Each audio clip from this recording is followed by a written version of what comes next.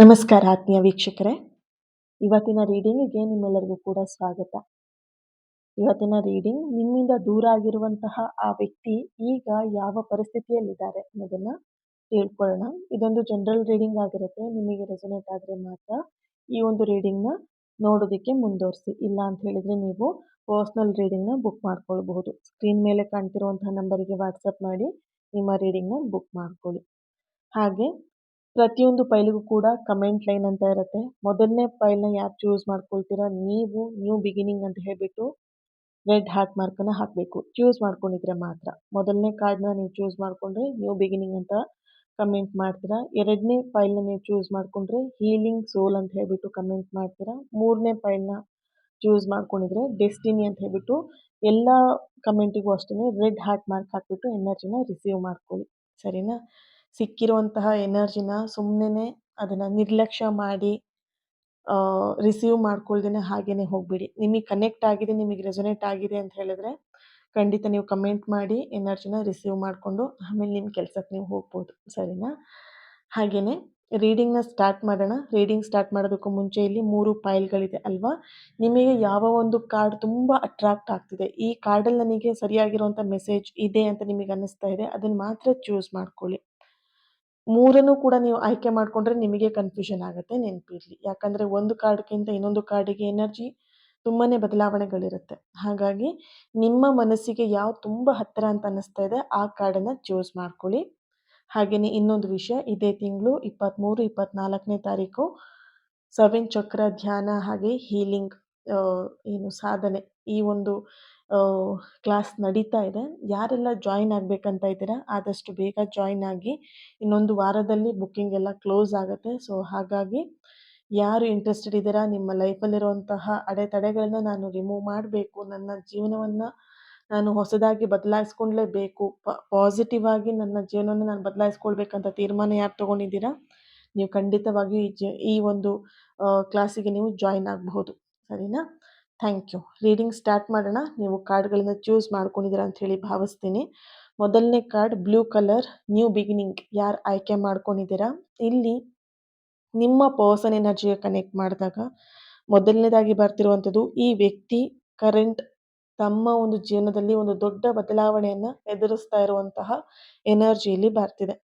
ನಿಮ್ಮಿಂದ ದೂರ ಆದಮೇಲೆ ಅವರು ಸಾಕಷ್ಟು ಆಲೋಚನೆ ಮಾಡೋದಕ್ಕೆ, ಯೋಚನೆಗಳು ಮಾಡೋದಕ್ಕೆ ಶುರು ಮಾಡಿದ್ದಾರೆ. ಆ ಆಲೋಚನೆಗಳಲ್ಲಿ ಮುಳುಗಿ ಹೋಗಿದ್ದಾರೆ ಅನ್ನುವಂಥ ಒಂದು ಎನರ್ಜಿ ಬರ್ತಿದೆ ಇಲ್ಲಿ.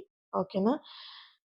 ಇವರು ಈಗ ನಿಮ್ಮ ಪರ್ಸನ್ ಈ ಕ್ಷಣ ಈಗ ತಮ್ಮ ಒಂದು ಕೆಲಸದ ಮೇಲೆ, ಅವರ ವೃತ್ತಿ ಜೀವನ ಕೆರಿಯರ್ ಮೇಲೆ ಹಾಗೆ ಹಣಕಾಸಿನ ಪರಿಸ್ಥಿತಿಗಳ ಮೇಲೆ ಫೋಕಸ್ ಮಾಡ್ತಿರುವಂಥ ಒಂದು ಎನರ್ಜಿ ಬರ್ತಿದೆ. ಅಂದರೆ ಅವರ ಹಣಕಾಸಿನ ವಿಷಯದಲ್ಲಿ ತುಂಬ ಸಾಲಗಳನ್ನು ಕೂಡ ಮಾಡಿರಬಹುದು, ಅಥವಾ ಹಣದ ವಿಷಯದಲ್ಲಿ ಅವರಿಗೊಂದು ಚಾಲೆಂಜ್ ಇರಬಹುದು. ಇಂತಿಷ್ಟನ್ನು ನಾನು ಅರ್ನಿಂಗ್ ಮಾಡಲೇಬೇಕು, ಇಂತಿಷ್ಟು ನನಗೆ ಕಮಿಟ್ಮೆಂಟ್ಸ್ ಇದೆ, ಇದನ್ನೆಲ್ಲ ನಾನು ಕ್ಲಿಯರ್ ಮಾಡ್ಕೊಳ್ಬೇಕು, ಹಣದ ವಿಷಯದಲ್ಲಿ ನಾನೊಂದು ಸ್ಟೇಬಲ್ನ ತೊಗೊಳ್ಬೇಕು, ಹಣಕಾಸಿನ ಪರಿಸ್ಥಿತಿನ ನಾನು ಸುಧಾರಿಸ್ಕೊಳ್ಳೇಬೇಕು ಅನ್ನೋಂಥ ಒಂದು ಚಾಲೆಂಜ್ ತೊಗೊಂಡಿರುವಂಥ ಒಂದು ಎನರ್ಜಿ ಇದೆ ಇಲ್ಲಿ. ನಿಮ್ಮಿಂದ ದೂರ ಆದಮೇಲೆ ಅವರಿಗೆ ಅನಿಸಿರೋದು ಒಂದೇ ಒಂದು ವಿಷಯ, ಇನ್ನೊಂದು ಹುಡುಗಿನ ಲವ್ ಮಾಡಬೇಕು, ಅಥವಾ ಇನ್ನೊಂದು ಹುಡುಗನ ಲವ್ ಮಾಡಬೇಕು, ಅಥವಾ ಮದುವೆ ಆಗಬೇಕು, ಮುಂದೆ ಪಾರ್ಟ್ನರ್ ಅಂತ ಬೇಕು, ಇದೆಲ್ಲ ಯೋಚನೆಗಿಂತ ಹೆಚ್ಚಾಗಿ ನಿಮ್ಮಿಂದ ದೂರ ಆದಮೇಲೆ ಅವ್ರಿಗೆ ಅನಿಸಿರೋದು ಕೆರಿಯರ್ನ ಫೋಕಸ್ ಮಾಡಬೇಕು, ನನ್ನ ಕಾಲ ಮೇಲೆ ನಾನು ನಿಂತ್ಕೊಳ್ಬೇಕು, ಅರ್ನಿಂಗ್ ಮಾಡಬೇಕು, ಹಣಕಾಸಿನ ಮೇಲೆ ನಾನು ಫೋಕಸ್ ಮಾಡಬೇಕು, ಈ ಒಂದು ವಿಷಯದ ಮೇಲೆ ಅವರು ತುಂಬ ಫೋಕಸ್ಡ್ ಆಗಿದ್ದಾರೆ. ಆ್ಯಂಡ್ ಹಣಕಾಸಿನ ಪರಿಸ್ಥಿತಿಯನ್ನು ಸುಧಾರಿಸ್ಕೊಳ್ಳುವಂಥ ಪ್ರಯತ್ನದಲ್ಲೂ ಕೂಡ ನಿಮ್ಮ ಪರ್ಸನ್ ಇವಾಗ ಇದ್ದಾರೆ ಅನ್ನೋಂಥ ಒಂದು ಎನರ್ಜಿ ಬರ್ತಿದೆ. ಅವ್ರಿವಾಗ ಅವರ ಎನರ್ಜಿ ಕನೆಕ್ಟ್ ಮಾಡಿದಾಗ ಅವ್ರು ನಿಮ್ಮನ್ನು ಮರ್ತಿದ್ದಾರೆ ಅಂತ ಅಲ್ಲ, ಇಲ್ಲಿ ಫೋಕಸ್ ಮಾಡ್ತಿದ್ದಾರೆ ಕೆರಿಯರ್ ಬಗ್ಗೆ ಅಂದ ತಕ್ಷಣ ನಿಮ್ಮನ್ನು ಕಂಪ್ಲೀಟಾಗಿ ಮರ್ತಿದ್ದಾರೆ ಅನ್ನುವಂಥ ಎನರ್ಜಿ ಅಲ್ಲ ಇಲ್ಲಿ. ಓಕೆನಾ? ಸೊ ಇಲ್ಲಿ ಅವರ ಎನರ್ಜಿಗೆ, ಡೀಪ್ ಎನರ್ಜಿಗೆ ಕನೆಕ್ಟ್ ಮಾಡಿದಾಗ ಅವ್ರು ನಿಮ್ಮನ್ನು ಮರ್ತಿಲ್ಲ, ಯಾವುದೇ ಕಾರಣಕ್ಕೂ ಅವ್ರು ನಿಮ್ಮನ್ನು ಮರ್ತಿಲ್ಲ. ಆದರೆ ಸದ್ಯಕ್ಕೆ ತಮ್ಮ ಅಸ್ತಿತ್ವವನ್ನು ಕಂಡುಕೊಳ್ಳೋದ್ರಲ್ಲಿ ಅವ್ರು ಬ್ಯುಸಿ ಆಗಿದ್ದಾರೆ. ಅಂದರೆ ಅವರ ಲೈಫ್ ಮೇಲೆ ಅವ್ರು ಫೋಕಸ್ ಮಾಡೋದಕ್ಕೆ ಬ್ಯುಸಿ ಆಗಿದ್ದಾರೆ ಅನ್ನೋಂಥ ಒಂದು ಎನರ್ಜಿ ಬರ್ತಿದೆ. ಅವರಿಲ್ಲಿ ಅವ್ರ ಲೈಫಲ್ಲಿ ಒಂದು 50% ಖುಷಿಯಾಗಿದ್ದರೆ, ಇನ್ನು 50% ಅವ್ರು ತುಂಬ ಅಲೋನ್ ಫೀಲ್ನ ಮಾಡ್ತಿರೋಂಥ ಒಂದು ಎನರ್ಜಿ ಇದೆ. ನಿಮ್ಮ ಜಾಗವನ್ನು ಯಾರೂ ಕೂಡ ಅದನ್ನು ಫಿಲ್ ಮಾಡೋದಕ್ಕೆ ಸಾಧ್ಯ ಇಲ್ಲ ಅವ್ರ ಲೈಫಲ್ಲಿ. ಸೊ ಇಲ್ಲಿ ನಿಮ್ಮ ಪರ್ಸನ್ ಎನರ್ಜಿ ಕನೆಕ್ಟ್ ಮಾಡಿದಾಗ ಹೆಚ್ಚಾಗಿ ಅವರಿಲ್ಲಿ ಅಲೋನ್ ಫೀಲ್ ಮಾಡ್ತಿದ್ದಾರೆ. ನಿಮ್ಮ ನೆನಪುಗಳನ್ನು ಹೊರಗೆ ಹಾಕೋದಕ್ಕೆ, ಅಂದರೆ ನಿಮ್ಮ ನೆನಪುಗಳು ಬರದೇ ಇರೋ ಹಾಗೆ ಅವರಿಗೆ ಪ್ರಯತ್ನ ಪಡ್ತಿದ್ದಾರೆ ಬಟ್ ಆಗ್ತಾ ಇಲ್ಲ ಅವ್ರ ಕೈಯಲ್ಲಿ. ಓಕೆ. ಸೊ ಇಲ್ಲಿ ಅರ್ಥ ಮಾಡ್ಕೊಳ್ಳಿ. ಒಂದು ಆಹ್, ಒಬ್ಬ ಶಿಲ್ಪಿ ಕಲ್ಲನ್ನ ಕೆತ್ತಿ ಸುಂದರವಾದಂತಹ ವಿಗ್ರಹ ಮಾಡುವಾಗ, ಆ ಕಲ್ಲಿಗೆ ಒಂದಷ್ಟು ಏಟುಗಳನ್ನ ಹಾಕ್ತಾನೆ. ಅಂದ್ರೆ ಆ ಶಿಲ್ಪಿ ಕಲ್ಲಿನ ಕೆತ್ತನೆ ಮಾಡ್ಬೇಕು, ಸುಂದರವಾಗಿರುವಂತ ಶಿಲೆ ರೂಪ ತಾಳ್ಬೇಕು ಅಂತ ಹೇಳಿದ್ರೆ ಇದಕ್ಕೊಂದು ಹೊಡೆತ ಹಾಕ್ಲೇಬೇಕಾಗತ್ತೆ ಅಲ್ವಾ? ಏಟುಗಳು ಬೀಳೋದು ಸಹಜ ಆಗಿರತ್ತೆ. ಆದ್ರೆ ಆ ಕಲ್ಲು ಆ ಏಟುಗಳನ್ನ ಬೀಳ್ಬೇಕಿದ್ರೆ, "ಅಯ್ಯಯ್ಯೋ! ನನಗಾಗ್ತಾ ಇಲ್ಲ. ಅಯ್ಯೋ! ನನಗಿದಾಗ್ತಾ ಇಲ್ಲ" ಅಂತ ಹೇಳಿದ್ರೆ ಅದೊಂದು ಸುಂದರವಾಗಿರುವಂತ ಪ್ರತಿಮೆ ಆಗೋದಿಕ್ಕೆ ಸಾಧ್ಯ ಇಲ್ಲ ಅಲ್ವಾ? ಆ ಕಲ್ಲು ಆ ನೋವನ್ನ ತಡ್ಕೊಂಡಾಗ ಮಾತ್ರನೇ ಅದೊಂದು ಸುಂದರವಾಗಿರುವಂತಹ ಒಂದು ಪ್ರತಿಮೆಯನ್ನ ಪಡೆಯೋದಿಕ್ಕೆ ಸಾಧ್ಯ ಆಗತ್ತೆ ಅಲ್ವಾ? ಅದು ಇಲ್ಲಿ ನಿಮ್ಮ ಎನರ್ಜಿ ಕನೆಕ್ಟ್ ಮಾಡಿದಾಗ ಹೇಗಿದೆ ಅಂತ ಹೇಳಿದ್ರೆ ಇಲ್ಲಿ, ನಿಮ್ ಜೀವನದಲ್ಲೂ ಕೂಡ ನಿಮಗೆ ಬರ್ತಿರುವಂತಹ ಒಂದಷ್ಟು ನೋವುಗಳಾಗಿರ್ಬೋದು ಅಥವಾ ಈ ವ್ಯಕ್ತಿ ದೂರ ಆದ್ಮೇಲೆ ನಿಮಿಗಾಗ್ತಿರುವಂತ ನೋವಾಗಿರ್ಬಹುದು. ಇದೆಲ್ಲ ಯಾವ ರೀತಿ ಅಂತ ಹೇಳಿದ್ರೆ, ನಿಮ್ಮನ್ನ ಕೆತ್ತಿ ಒಂದು ಶಿಲ್ಪಿ ಮಾಡ್ತಿರುವಂತಹ ಒಂದು ಎನರ್ಜಿ ಇಲ್ಲಿ. ಸರಿನಾ? ನಿಮ್ಮನ್ನ ಒಂದು ಉತ್ತಮವಾಗಿರುವಂತಹ ವ್ಯಕ್ತಿಯನ್ನಾಗಿ ರೂಪಿಸೋದಿಕ್ಕೆ ಈ ಒಂದು ದೂರ ಆಗಿರ್ಬೋದು, ಈ ಡಿಸ್ಟೆನ್ಸ್ ಆಗಿರ್ಬೋದು, ಈ ನೋವಾಗಿರ್ಬೋದು, ಏಟುಗಳ ರೂಪದಲ್ಲಿ ನಿಮಗೆ ಬೀಳ್ತಾ ಇದೆ. ಸರಿನಾ? ಇದನ್ನೇನ್ ಮಾಡ್ಬೇಕಂತ ಹೇಳಿದ್ರೆ ನೀವು ಈ ಏಟು ಬೀಳ್ಬೇಕಿದ್ರೆ ಅಯ್ಯಯ್ಯೋ! ನಂಗೆ ತಡೆಯಕ್ಕಾಗ್ತಾ ಇಲ್ಲ ಅಂತ ಹೇಳ್ಬಿಟ್ಟು ನೀವೇನಾದ್ರೂ ಕುಗ್ಗ್ ಹೋದ್ರಿ ಅಂತ ಹೇಳಿದ್ರೆ, ನೀವು ಸುಂದರವಾಗಿರುವಂತ ಪ್ರತಿಮೆ ನೋಡೋದಿಕ್ಕಾಗಲ್ಲ ನಿಮ್ ಲೈಫಲ್ಲಿ. ಏನು ಸುಂದರವಾಗಿರುವಂತ ಪ್ರತಿಮೆ ಅಂತ ಹೇಳಿದ್ರೆ, ನಿಮ್ಮನ್ನ ನೀವು ಉತ್ತಮವಾದಂತ ವ್ಯಕ್ತಿ, ನಿಮ್ಮ ಪ್ರೀತಿನ ನೀವು ಪಡ್ಕೊಳ್ಳೋದಿಕ್ಕೆ ಈ ಏಟನ್ನ ತಿನ್ನಲೇಬೇಕಾಗತ್ತೆ. ಓಕೆ. ಈ ಒಂದು ದೂರ, ಈ ಡಿಸ್ಟೆನ್ಸ್ ಏನಿದೆ, ಆ ವ್ಯಕ್ತಿಗೆ ಅಥವಾ ನಿಮಗೆ ಒಂದು ಹೊಸ ರೂಪ ನೀಡೋದಿಕ್ಕೋಸ್ಕರನೇ ಆಗಿರುವಂತಹ ಡಿಸ್ಟೆನ್ಸ್ ಇದಾಗಿದೆ. ಇದನ್ನ ಯಾವುದೇ ಕಾರಣಕ್ಕೂ ಕುಗ್ಗೋದೇನೆ ಅಥವಾ ನೀವು ಧೈರ್ಯವನ್ನ ಕಳ್ಕೊಳ್ದೇನೆ ಧೈರ್ಯವಾಗಿ ನಿಂತ್ಕೊಳ್ಳಿ. ಈ ನೋವನ್ನ ಎದುರಿಸುವಂತ ಶಕ್ತಿ ನಿಮಗೆ ಖಂಡಿತ ಇದೆ. ಆ ಕೆಪಾಸಿಟಿ ನಿಮಗಿದೆ. ನಿಮ್ಮ ಪರ್ಸನ್‌ನಿಗೂ ಕೂಡ ಇದೆ. ಸರಿನಾ? ಅದೇನೇ ನೋವುಗಳಾಗಿದ್ರೂ ಅದನ್ನ ಎದುರಿಸುವಂತ ಕೆಪಾಸಿಟಿ ನಿಮಗಿರ್ಬೇಕಿದ್ರೆ ಏನೂ ಆಗಲ್ಲ ಲೈಫಲ್ಲಿ. ಏನ್ ಆಗ್ಬೇಕಾಗಿರುತ್ತೋ ಅದೇ ಆಗತ್ತೆ. ನೀವು ಚಿಂತೆ ಮಾಡೋದ್ರಲ್ಲಿ ಅದು ಅರ್ಥನೇ ಇರಲ್ಲ ಅಲ್ವಾ? ಸೊ, ಈ ಒಂದು ನೋವನ್ನ ನೀವು ತಡ್ಕೊಳ್ಳಿ. ದೆನ್ ಅದಕ್ಕಿಂತ ಹೆಚ್ಚಾಗಿ ಆ ನೋವು ಅನ್ನೋದಕ್ಕಿಂತ ಹೆಚ್ಚಾಗಿ ನೀವು ಅದ್ರಲ್ಲಿ ಏನನ್ನ ಕಲೀತಾ ಇದ್ದೀರಾ ಅನ್ನೋದನ್ನ ಅರ್ಥ ಮಾಡ್ಕೊಳ್ಳಿ. Okay. So, thank you so much. ಈ ಒಂದು ಫಸ್ಟ್ ಫೈಲ್‌ನ ಯಾರು ಚೂಸ್ ಮಾಡ್ಕೊಂಡಿದ್ರಿ ನೀವು ಕಮೆಂಟಲ್ಲಿ ತಿಳಿಸ್ತೀರಾ. ನ್ಯೂ ಬಿಗಿನಿಂಗ್ ಅಂತ ಹೇಳ್ಬಿಟ್ಟು ರೆಡ್ ಹಾರ್ಟ್ ಮಾರ್ಕನ್ನ ಹಾಕಿ ಎನರ್ಜಿನ ಪ್ರತಿಯೊಬ್ರು ಕೂಡ ರಿಸೀವ್ ಮಾಡ್ಕೊಳ್ಳಿ. ಓಕೆ. ಹಾಗೇನೆ 2ನೇ ಫೈಲ್ ಯಾರು ಹೀಲಿಂಗ್ ಸೋಲ್ ಈ ಒಂದು ಪರ್ಪಲ್ ಕಲರ್ ನೇರಳೆ ಬಣ್ಣದ ಕಾರ್ಡ್‌ನ ಯಾರು ಚೂಸ್ ಮಾಡ್ಕೊಂಡಿದ್ದೀರಾ, ನಿಮ್ಮ ಎನರ್ಜಿ ಕನೆಕ್ಟ್ ಮಾಡಿದಾಗ ಇಲ್ಲಿ ನಿಮ್ಮ ಪರ್ಸನ್ ಸದ್ಯದ ಒಂದು ಕರೆಂಟ್ ಎನರ್ಜಿಯಲ್ಲಿ ಹೀಲಿಂಗ್ ಹಂತದಲ್ಲಿರುವಂತಹ ಒಂದು ಎನರ್ಜಿ ಇದೆ. ಇಲ್ಲಿ ಈ ಒಂದು ರಿಲೇಶನ್‌ಶಿಪ್ಪಲ್ಲಿ ನೀವು ದೂರ ಆಗೋದಕ್ಕೆ ಕಾರಣನೇ ನಿಮ್ಮ ಪರ್ಸನ್. ಅವರ ತಪ್ಪುಗಳಿಂದನೇ ಇಲ್ಲಿ ನೀವಿಬ್ರು ಈ ಒಂದು ಪರಿಸ್ಥಿತಿನ ಅನುಭವಿಸ್ತಾ ಇದ್ದೀರಾ. ಇಲ್ಲಿ ನೋಡಬಹುದು ಇವ್ರು ಮಾಡಿರುವಂತಹ ತಪ್ಪುಗಳ ಬಗ್ಗೆ ಇವ್ರಿಗೆ ಈಗ ಅರಿವಾಗ್ತಿರುವಂತಹ ಒಂದು ಎನರ್ಜಿ ಬರ್ತಿದೆ. ಈ ಹೀಲಿಂಗ್ ಪ್ರೊಸೀಜರಲ್ಲಿ ಅವ್ರ ತಪ್ಪುಗಳೆಲ್ಲವೂ ಕೂಡ ಅವ್ರಿಗೆ ಅರಿವಾಗ್ತಿದೆ. ಅವ್ರು ಮಾಡಿರುವಂಥ ತಪ್ಪುಗಳೆಲ್ಲವೂ ಕೂಡ ಅವ್ರ ಕಣ್ಣೆದುರಿಗೆ ಬರ್ತಾ ಇರುವಂಥ ಒಂದು ಎನರ್ಜಿ ಇದೆ ಇಲ್ಲಿ. ನಿಮ್ಮ ನೆನಪುಗಳು ಕೂಡ ಅವರಿಗೆ ತುಂಬಾನೇ ಅತಿಯಾಗಿ ಕಾಡ್ತಾ ಇರುವಂಥದ್ದು. ಹೊರಗಡೆ ಸಮಾಜ ದೃಷ್ಟಿಯಲ್ಲಿ ಇವರು ಏನೂ ಇವರಿಗೆ ತೊಂದ್ರೆ ಇಲ್ಲ. ಈ ಹುಡುಗನಿಗೆ, ಈ ಹುಡುಗಿಗೆ ಏನೂ ಪ್ರಾಬ್ಲಮ್ ಇಲ್ಲ.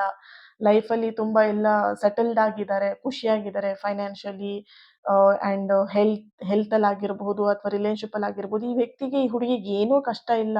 ಆರಾಮಾಗಿದ್ದಾಳೆ ಅಂತ ನೋಡ್ಬೇಕು. ನೋಡೋರ್ ಕಣ್ಣಿಗೆ ಆ ಥರ ಕಾಣಿಸ್ಬೇಕು. ಆ ಥರ ನೀವಿದ್ದೀರಾ ಆ್ಯಂಡ್ ನಿಮ್ಮ ಪರ್ಸನ್ ಕೂಡ ಅದೇ ಥರದಲ್ಲಿ ಇದ್ದಾರೆ. ಸರಿನಾ?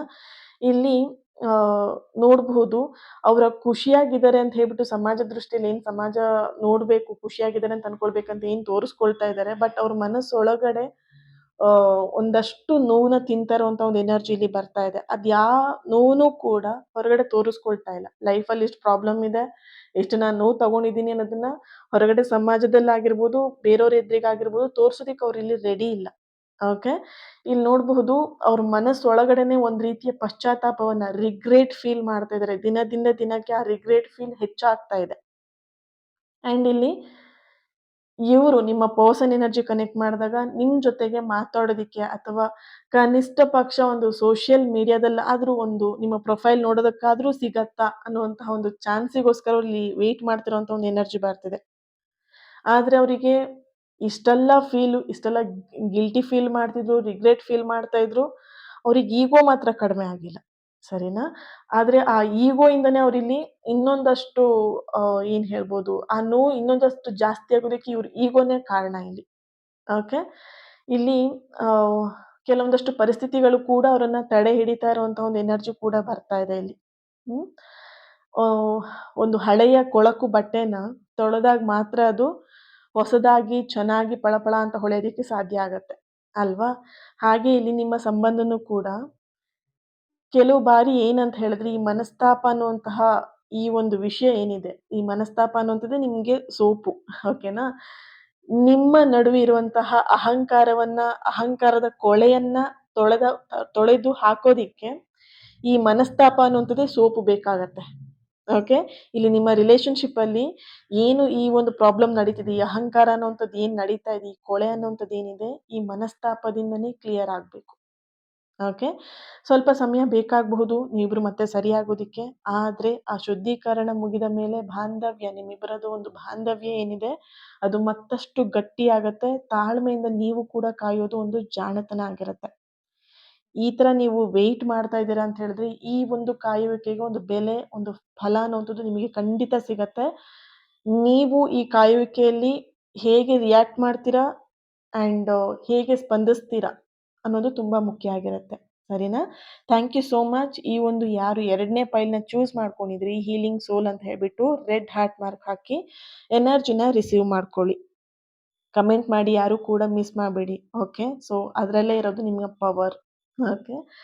ಯೆಸ್. ಯಾರು 3ನೇ ಫೈಲ್ ಗ್ರೀನ್ ಕಲರ್ ಡೆಸ್ಟಿನಿನ ಯಾರು ಚೂಸ್ ಮಾಡ್ಕೊಂಡಿದ್ದೀರಾ, ನಿಮ್ಮ ಎನರ್ಜಿಗೆ ನಿಮ್ಮ ಪರ್ಸನ್ ಎನರ್ಜಿ ಕನೆಕ್ಟ್ ಮಾಡಿದಾಗ ಇಲ್ಲಿ ಈ ವ್ಯಕ್ತಿ ಈಗ ಸಂಪೂರ್ಣವಾಗಿ ತಮ್ಮ ಜವಾಬ್ದಾರಿಗಳಲ್ಲಿ ಮುಳುಗಿ ಹೋಗಿರುವಂತ ಒಂದು ಎನರ್ಜಿ ಇದೆ ಇಲ್ಲಿ. ನಿಮ್ಮಿಂದ ದೂರ ಆದ್ಮೇಲೆ ಅವರಿಗೆ ಅವ್ರ ಜವಾಬ್ದಾರಿ ತುಂಬಾ ಪವರ್‌ಫುಲ್ ಆಗಿ ಕಾಣಿಸ್ತಾ ಇದೆ. ಜವಾಬ್ದಾರಿಗಳು ಜಾಸ್ತಿ ಆಗ್ತಾ ಇದೆ. ಆ ಜವಾಬ್ದಾರಿಯಲ್ಲೇ ಅವರು ಪೂರ್ತಿಯಾಗಿ ಸಂಪೂರ್ಣವಾಗಿ ಕಳೆದು ಹೋಗಿದ್ದಾರೆ ಅನ್ನೋಂಥ ಒಂದು ಎನರ್ಜಿ ಬರ್ತಿದೆ. ಇಲ್ಲಿ ನಿಮ್ಮ ಪರ್ಸನ್ ಎನರ್ಜಿ ಕನೆಕ್ಟ್ ಮಾಡಿದಾಗ ಮನೆಯ ಜವಾಬ್ದಾರಿ ಕೂಡ ಇದೆ ಇಲ್ಲಿ. ಅವರ ಮನೆಯಲ್ಲಿ ಇವರೇನೆ ಆ ಮನೆನ ನಡೆಸ್ಬೇಕು. ಇವ್ರು ಆ ಮನೆನ ನಡೆಸಿದ್ರೆ ಮಾತ್ರ ಆ ಮನೆ ನಡೆಯತ್ತೆ. ಸರಿನಾ?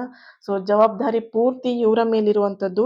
ಹಾಗೆ ಇವ್ರಿಗೆ ಒಂದಷ್ಟು ಕೆಲಸದ ಒತ್ತಡ ಕೂಡ ಇವ್ರ ಮೇಲಿದೆ ಅನ್ನೋಂಥ ಒಂದು ಎನರ್ಜಿ ಇದೆ. ಇವ್ರು ಮಾಡ್ತಿರುವಂಥ ಕೆಲಸ ಸೋಷಿಯಲ್ ವರ್ಕ್ ಕೂಡ ಆಗಿರಬಹುದು, ಅಥವಾ ಪೊಲೀಸಲ್ಲೂ ಇರಬಹುದು, ಅಥವಾ ಆರ್ಮಿಯಲ್ಲೂ ಕೂಡ ಇರಬಹುದು, ಅಥವಾ ಇವರೇ ಒಂದು ಓನ್ ಬಿಸ್ನೆಸ್ ಮಾಡ್ತಾ ಇದ್ದಾರೆ. ಆ್ಯಂಡ್ ಇಲ್ಲಿ ಎನರ್ಜಿ ನೋಡಿದಾಗ ಟೀಚರ್ ಕೂಡ ಆಗಿರ್ಬೋದು, ಲೆಕ್ಚರ್ ಕೂಡ ಆಗಿರಬಹುದು.